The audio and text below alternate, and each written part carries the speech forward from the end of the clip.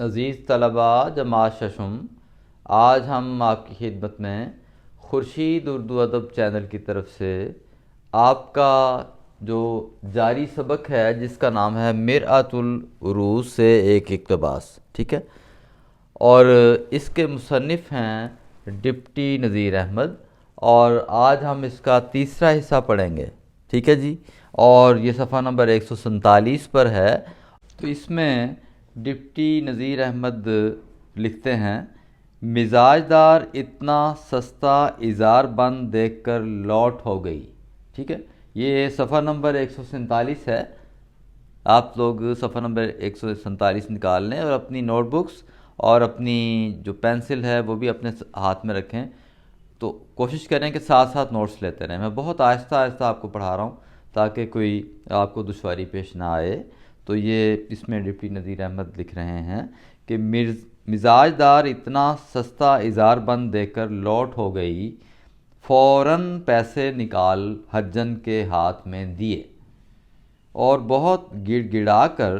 حجن سے کہا، اچھی بھی جو چیزیں بکاؤ ہوا کرے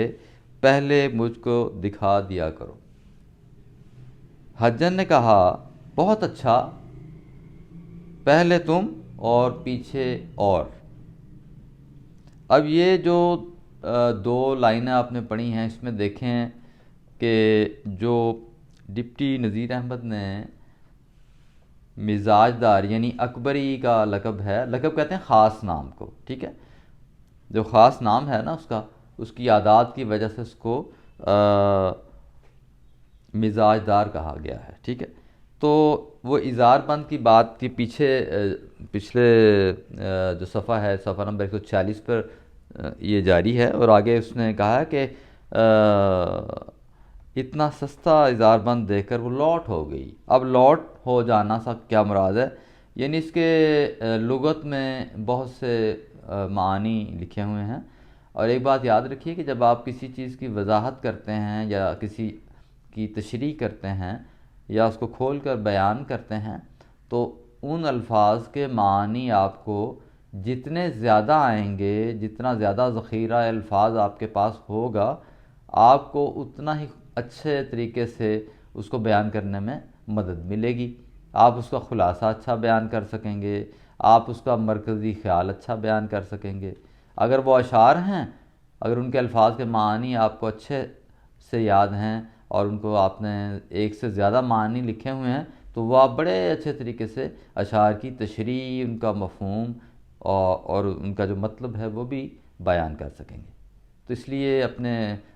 جو الفاظ کا جو انسا ہے نا وہ چناؤ کرنے میں آپ کو آسانی ہوگی۔ ذخیرہ الفاظ میں آپ مہارت حاصل کریں، اس کو بہت زیادہ بڑھائیں، ٹھیک ہے۔ تو یہاں پہ لکھا ہوا ہے لوٹ ہو گئی سے مراد ہے، یعنی یہ پہلی بات تو یہ محاورہ ہے، ٹھیک ہے۔ تو اس کا مطلب ہے بے قرار ہو جانا۔ لکھ لیجئے، لکھیں، میں آپ کو وقت دیتا ہوں۔ بے قرار ہو جانا۔ اس کے بعد ہے بہت خوش ہونا، یہ بھی اس کا مطلب ہے۔ لوٹ ہو جانے کا مراد ہے بے قرار ہو جانا، بہت خوش ہونا۔ اس کے بعد ہے بہت پسند کرنا۔ ظاہری بات ہے اس کو وہ پسند آ گیا تھا، اس کو وہ ریشمی بھی تھا، اور اس نے اس کا جو پس منظر بتایا تھا کہ یہ بہت اچھا ہے، اور یہ کسی امیر خاتون نے اپنے حالات سے تنگ آ کر اور جو اپنا گھر کا سامان جو ان سے ہے وہ یہ فروخت کرنا شروع کیا ہوا ہے، تو یہ اظہار بند بھی میں اس سے لے کر آئی ہوں۔ یہ حجن نے اس کو غلط بیانی کی جبکہ ایسا ہوا نہیں تھا۔ ویسے ہی یہ ڈپٹی نذیر احمد نے یہ کہانی میں یہ اس طرح سے بیان کیا ہے کہ بعض لوگ کیا کرتے ہیں، دوسروں کی باتوں میں آ جاتے ہیں، جب دوسروں کی باتوں میں آ جاتے ہیں تو اپنا نقصان کر بیٹھتے ہیں، ٹھیک ہے۔ تو اب یہ دیکھیے کہ پھر اس کے بعد میں آپ کو جو بتا رہا ہوں لوٹ ہو جانے سے مراد ہے قربان ہونا، یہ بھی اس کا مطلب لکھا ہوا ہے لغت میں، ٹھیک ہے۔ اور اس کے بعد ہے صدقے ہونا، اور پھر ایک مطلب اس کا عاشق ہونا بھی لکھا ہوا ہے، ایک مطلب اس کا لکھا ہوا ہے تڑپ جانا، ٹھیک ہے۔ اور اس کا ایک اور مطلب وہاں پہ لکھا ہوا ہے کسی چیز کے حسن اور خوبی کو دیکھ کر وجد میں آ جانا، ٹھیک ہے۔ اور بعض الفاظ بہت آسان ہیں، بعض تھوڑے سے مشکل بھی ہیں، لیکن بہرحال آپ کے ذخیرہ الفاظ جو ان سے ہے اس میں ضرور اضافہ ہوگا۔ اور آپ کو یہ بھی میں نے بتایا ہے کہ یہ جو ناول ہے یہ 153 سال پہلے، 153 سال پہلے یعنی 1869 میں لکھا گیا تھا، شائع ہوا تھا، اور یہ اس وقت کی زبان کی جو اس میں آپ کو بھی جھلک بھی نظر آتی ہے، وہ جو زبان اس وقت استعمال ہوتی تھی، ٹھیک ہے۔ تو اس کے بعد آگے لکھا ہوا ہے کہ لوٹ ہو گئی، فوراً پیسے نکال حجن کے ہاتھ میں دیے اور بہت گڑ گڑا کر حجن سے کہا، یعنی بڑی ہی منتیں کر کے اس نے کہا کہ کسی طرح آپ نہ ایسا کیا کریں کہ آئندہ بھی آپ ایسی چیزیں لا کر مجھے دے دیا کریں، اور میں آپ کو یعنی پیسے بھی دے دیا کروں گی۔ اور یہاں پہ لکھا نا فوراً پیسے نکال کر حجن کے ہاتھ میں دیے، یعنی اس نے نہ سوچا نہ سمجھا نہ کسی سے مشورہ کیا، حالانکہ اس کے شوہر نے اس کو منع کر رکھا تھا کہ کسی قسم کی کوئی بندہ اگر آئے یا کوئی ایسا فرد گھر میں آئے یا کوئی ایسا جس کو آپ نہیں جانتی، کوئی ایسا آ ہی جاتا ہے نا ملنے کے لیے، دروازہ کھٹکھٹا دیتا ہے، تو آپ کو اس کو اندر گھر کے داخل نہیں کرنا، کیونکہ آج کل ایک کٹنی آئی ہوئی ہے، یہ پہلے میں آپ کو جو میں نے پڑھا چکا ہوں اس کو تھوڑا سا دوبارہ میں اس کو جاری کر دیتا ہوں، تھوڑا سا اعادہ بھی ہو جائے گا سبق کا، کہ ایک کٹنی آئی ہوئی ہے جو گھروں میں گھس جاتی ہے بھیس بدل کر، اور وہ قیمتی چیزیں دھوکے سے لے جاتی ہے اپنے ساتھ، ٹھیک ہے۔ تو یہ اسی کی طرف اشارہ کیا جا رہا ہے کہ وہ ایک چھوٹی سی معمولی سی چیز ہے، اس کو بڑھا چڑھا کے وہ اس کی خوبیاں بیان کر رہی ہے کہ دیکھیں جی کتنی اچھی ہے، ریشمی ہے، بڑی قیمتی ہے۔ ایک جو بیگم صاحبہ ہیں وہ پہلے بہت امیر تھیں، اور اب یہ ہے کہ وہ غریب ہو گئی ہیں، ان کے حالات خراب ہیں، تو وہ بیچ کر گزارا کر رہی ہے، اپنے اسباب بیچ رہی ہے، یہاں پہ لفظ استعمال ہوا ہے اسباب بیچ کر گزارا کرتی ہیں، ٹھیک ہے نا۔ یہ صفحہ نمبر 146 کی آخری 2 لائنوں میں ہے، ٹھیک ہے۔ تو وہ اس کے بارے میں وہ کہہ رہی ہے کہ فوراً سے پیسے اس نے دے دیے، مشورہ نہیں کیا اس نے کسی سے کہ دیکھیں جی یہ اظہار بند ہے، اور یہ دیکھیں یہ کتنا قیمتی ہے یا نہیں قیمتی ہے، کسی سے پوچھا ہی نہیں، کیونکہ وہ اپنے سسرال سے علیحدہ ہو کے ایک دوسرے گھر میں چلی گئی تھی اور اپنی من مانی کرتی تھی، اور وہ دیر سے سو کر اٹھتی تھی، اور اپنے شوہر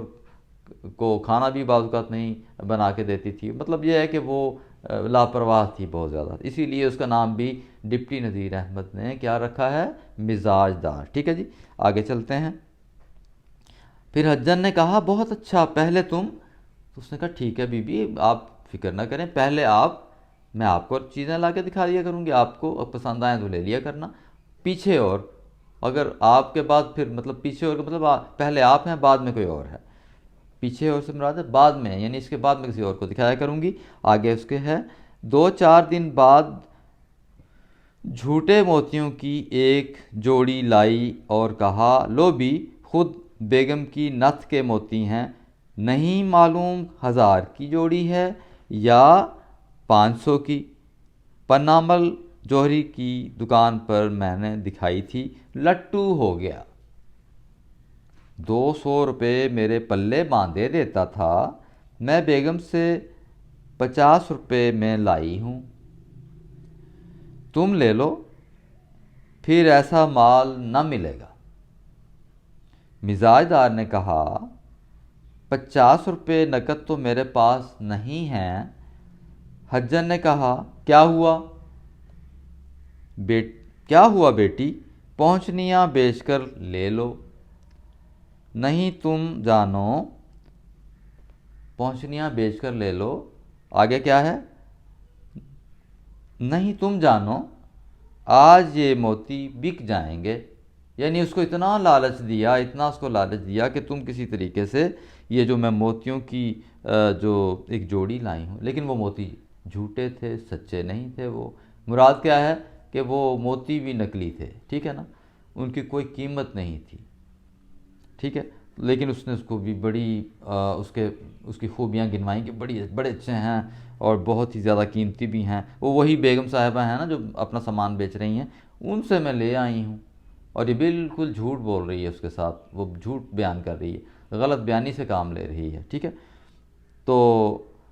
وہ کہتی ہے کہ میں بیگم صاحبہ سے 50 روپے پر لائی ہوں، تم لے لو، پھر ایسا مال نہ ملے گا۔ تو میں نے اسے 50 روپے میں لے آئی ہوں، لیکن اس نے ساتھ ہی یہ بتایا کہ جو پنامل جوہری کی جو دکان پر میں نے دکھائی تھی تو وہ لٹو ہو گیا، وہ بھی اس پر قربان ہونے لگا اور وہ بھی فریفتہ ہو گیا، اور وہ کہنے لگا کہ مجھے دے ہی دو، مجھے بھی بڑے پسند آ گئے ہیں یہ موتیوں کی جوڑی مجھے بڑی پسند آئی ہے، مجھے ہی دے دو۔ لیکن یہ ہے کہ میں نہیں دیے، میں نے اس کو، یہ بھی اس نے جھوٹ بیان کیا ہے، یہ بھی غلط بیانی سے کام لیا ہے اس نے، صرف اس لیے کہ مزاج دار کو اس کے مزاج کو اس نے پا لیا تھا، اس نے دیکھ لیا تھا کہ یہ میرے فائدے کی ہے، جو میں اس کو کہتی جاؤں گی یہ ہاں میں ہاں ملاتی جائے گی، ٹھیک ہے۔ اس کے بعد وہ جوہری کہتے ہیں، کسے کہتے ہیں جوہری؟ کیا؟ نہیں، یہ نہیں، دوبارہ سوچیں۔ میں نے اسی لیے آپ سے کہا تھا نا کہ آپ پہلے سبق کو پڑھ لیجئے گا تاکہ آپ کو تھوڑا سا اندازہ ہو جائے کہ اس میں مشکل الفاظ جو ان سے ہیں وہ بھی ان کو بھی انڈر لائن کیجئے گا، اور لغت بھی دیکھ لیجئے کہ ذرا تھوڑا سا آپ کو اندازہ ہو جائے کہ اس میں کہا گیا ہے۔ بہرحال دیکھیے، جوہری کیا ہوتا ہے؟ سوداگر۔ جوہر کہتے ہیں قیمتی پتھر کو، اور جوہری یعنی جوہرات جو ہوتے ہیں نا، جواہرات، قیمتی جو پتھر ہوتے ہیں ان کا سوداگر کہتے ہیں کاروبار کرنے والے کو، ٹھیک ہے نا۔ تو وہ کہہ رہی ہے کہ پنامل جوہری کی دکان پر میں نے دکھائی تھی۔ یہ جو پنامل ہے ایک جو جوہر شناس ہے، جوہرات کا سوداگر ہے، بڑا وہ قابل ہے، اس کو اس بات میں بڑی مہارت حاصل ہے کہ وہ قیمتی پتھروں کی شناخت رکھتا ہے، ٹھیک ہے نا۔ میں نے اس کو دکھائی تھی، اس کا نام کیا تھا؟ پنامل، ٹھیک ہے۔ تو اس کی دکان پر تو وہ لٹو ہو گیا، یعنی وہ تو اس پر قربان جا رہا تھا کہ بھئی مجھے یہ کسی طرح دے دو تم، ٹھیک ہے۔ لیکن یہ بات یاد رکھیں کہ وہ جو کٹنی ہے وہ بہت جھوٹ بول رہی ہے اور اس کو اپنے جال میں پھنسا رہی ہے، اور وہ اس کی باتوں میں آ رہی ہے، ٹھیک ہے۔ اس کے بعد وہ اس نے کہا کہ اس نے کہا کہ آج یہ موتی بک جائیں گے تو تم نے لینے ہیں تو لے لو، ورنہ ایسا مال دوبارہ نہیں ملے گا، اور یہ موتی اگر تمہارے ہاتھ سے نکل گئے تو پھر تم افسوس کرو گی اور پھر تم کہو گی کاش کہ میں لے لیتی، ٹھیک ہے۔ تو اس نے اس کو ایک قسم کا لالچ بھی دیا، ٹھیک ہے۔ تو حجن نے اس ڈھب سے کہا کہ مزاج دار فوراً زیور کا صندوقچہ اٹھا لائی اور پہنچنیاں نکال کر حوالے کر دیں۔ لو جی، اس نے اس ڈھب سے، اس انداز سے اس نے یہ ساری باتیں کیں کہ یہ بہت ہی قیمتی موتی ہیں، یہ تم سے لے لو۔ تو اس نے کہا کہ میرے پاس تو پیسے بھی نہیں۔ اس نے کہا پیسے نہیں ہیں تو کوئی بات نہیں، تم پہنچنیاں لے آؤ اور تم جو ان سے ہے نا وہ لے آؤ، وہ مجھے دے دو، اور یہ جو ان سے موتی ہیں نا یہ تم لے لو، یہ جو موتیوں کی جوڑی ہے نا یہ تم لے لو، بڑے اچھے ہیں، ٹھیک ہے۔ تو حجن نے مزاج دار کا زیور دیکھ لیا اور کہا، اب دیکھیں مزاج دار جو انسی نا سی بیوقوف ہے، کم عقل ہے، کہ اس نے کیا کیا، اپنی جو خاص اس کی جو وہ اس میں صندوقچہ تھا نا، چھوٹا سا اس کا باکس، اس میں اس نے اپنا زیور رکھا ہوا تھا، وہ لے کے آ گئی اور پہنچنیاں اس کو نکال کر فوراً اس کے حوالے کر دیں کہ لو بھی یہ لے لو آپ، ٹھیک ہے۔ اس کے بعد حجن نے مزاج دار کا زیور دیکھ کر کہا، اب آگے بات چل پڑی ہے، ایک نیا سلسلہ شروع ہو گیا ہے کہ جو حجن ہے اس نے دیکھا کہ تو اس کا زیور بڑا قیمتی ہے، کیوں نہ اس زیور کو اسے کسی طریقے سے میں حاصل کر لوں۔ اب وہ اس کو پتا تھا کہ یہ تو بڑی بیوقوف ہے، اکبری کو تو اتنی عقل ہی نہیں ہے، ٹھیک ہے نا۔ اس نے کیا کہا، اس نے کہا، زیور دیکھ کر کہا، اے ہے، اب دیکھیں یہ واوین میں ہے، آگے استجابیہ علامت ہے، ٹھیک ہے نا، اے ہے، کیسی بے احتیاطی سے مولی گاجر کی طرح ڈال رکھا ہے۔ اب وہ کہہ رہی ہے کہ یہ زیور تم نے کیا حال کیا ہوا اس کا، جس طرح مولی گاجر یعنی جو جیسے کوئی ان کی حیثیت ہی نہیں ہے، کوئی تم نے ان کی قدر ہی نہیں کی، اتنا اچھا زیور ہے تو مولی گاجر کی طرح تم نے ڈال رکھا ہے، ٹھیک ہے۔ ڈگڈگی میں ڈھورا ڈلواؤ، یہ سارے زیورات کے نام آگے لیے جا رہے ہیں، ٹھیک ہے۔ تو اس کے بعد بالی، پتے، مگر مرکیاں اور بازو بند میلے چیکٹ ہو گئے ہیں، یعنی میل ان پہ چڑھا ہوا ہے، اتنا میلا زیور تم نے کر رکھا ہے، دیکھو تو صحیح کہ کیا حال کیا ہوا تم نے ان کا۔ میل سونے کو کھائے جاتا ہے، ان کو اجلواؤ، اجلواؤ کا مطلب صاف ستھرا کرو، ٹھیک ہے نا۔ سونار کے پاس جانا چاہیے تمہیں، اور تمہیں ان کو صاف ستھرا کرنا چاہیے تاکہ ان میں چمک دمک جو ہے دوبارہ سے پیدا ہو جائے، اور یہ روشن ان کا ایک ایک جو موتی اور ایک ایک جو ناگ ہے اور خوبصورتی جو سی ہے اس میں اضافہ ہو، اور ان کو جلواؤ تو صحیح، ان کو دھلواؤ، ان کو صاف ستھرا کرواؤ، ٹھیک ہے نا۔ کیونکہ تم جانتی ہو، اس نے قائل بھی کیا کہ تمہیں پتہ ہے کہ میل جو سا ہے نا وہ تو سونے کو کھائے جاتا ہے، تو میل جہاں بھی ہوتا ہے وہ ہر چیز کو تباہ کر دیتا ہے، اس کی قدر کھو جاتی ہے، کیونکہ وہ میل ایک ایسی چیز ہے جس پر بھی یہ چڑھتا ہے وہ اس کو خراب کر دیتا ہے۔ تو وہ کہتا ہے تمہارا سونا، وہ کہنے لگی کہ سونا بھی تمہارا جو ہے نا وہ بہت ہی زیادہ برا لگ رہا ہے، کیونکہ تم نے اس کی حفاظت نہیں کی، اور اتنا اس پہ گرد ہے، اتنی اس کے اوپر میل چڑھا ہوا ہے، ٹھیک ہے۔ تو اب یہ دیکھیں کہ یہ ساری باتیں جو سی ہیں یہ جب ہو گئی ہیں، اور وہ ان کو جب اس نے بیان کر دیا ہے، اور پھر اس کو یہ بھی پتہ چل گیا کہ میری باتوں میں آ گئی ہے، یہ حجن نے یہ دیکھ لیا کہ یہ تو اب میرے قابو آ گئی ہے، تو کیوں نہ میں اسے زیور جو ہے وہ اس کا زیور جو کسی طریقے سے حاصل کر کے فرار ہو جاؤں۔ تو آج ہم نے یہ 147 صفحہ پڑھ لیا ہے، اور اس دوران میں آپ ایسا کیجئے، اس کے بعد کا بھی ہم جو آج یہ تیسرا اس کا حصہ ہے، ٹھیک ہے، اب آئندہ چوتھا حصہ شروع کریں گے، تو اس کے بعد 148 صفحہ ہم پڑھیں گے، تو آج ہم اسی پہ ختم کرتے ہیں۔ اس دوران میں آپ اس کی تیاری جاری رکھیے، تینوں حصے جو سے ہیں ان کو اچھے سے تیار کیجئے، ان کے نوٹس بنا لیجئے، اور خوبصورت کام کیجئے، ٹھیک ہے۔ اور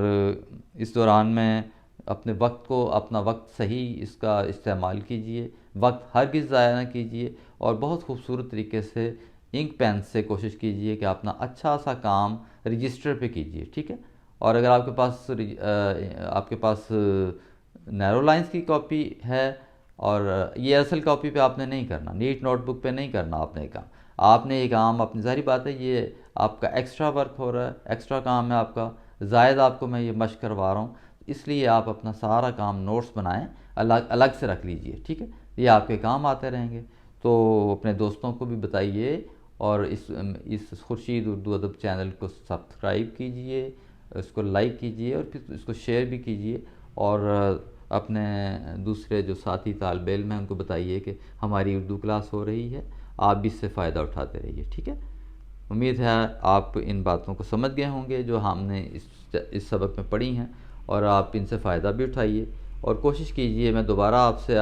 پہلے بھی آپ سے میں نے کہا ہے کہ ایسے لوگوں سے ہوشیار رہنا چاہیے آپ کو، ٹھیک ہے۔ ہرگز کسی کو اپنے گھر میں داخل ہونے کی اجازت نہ دیجیے، ٹھیک ہے، بغیر اجازت کے کسی کو نہ آنے دیجیے، اور ساتھ یہ بھی یاد رکھیے کہ جو کیا کہتے ہیں، جو لوگ جنہیں آپ نہیں جانتے، جو اجنبی ہیں، ان کے ساتھ بھی تعلق نہ رکھیے، ٹھیک ہے، بہت احتیاط کیجیے، اور کسی کے دھوکے میں بھی نہ آئیے، ٹھیک ہے۔ تو امید ہے آپ اپنا خیال رکھیں گے، اور اپنی حفاظت بھی جاری رکھیں گے، ٹھیک ہے۔ اللہ حافظ۔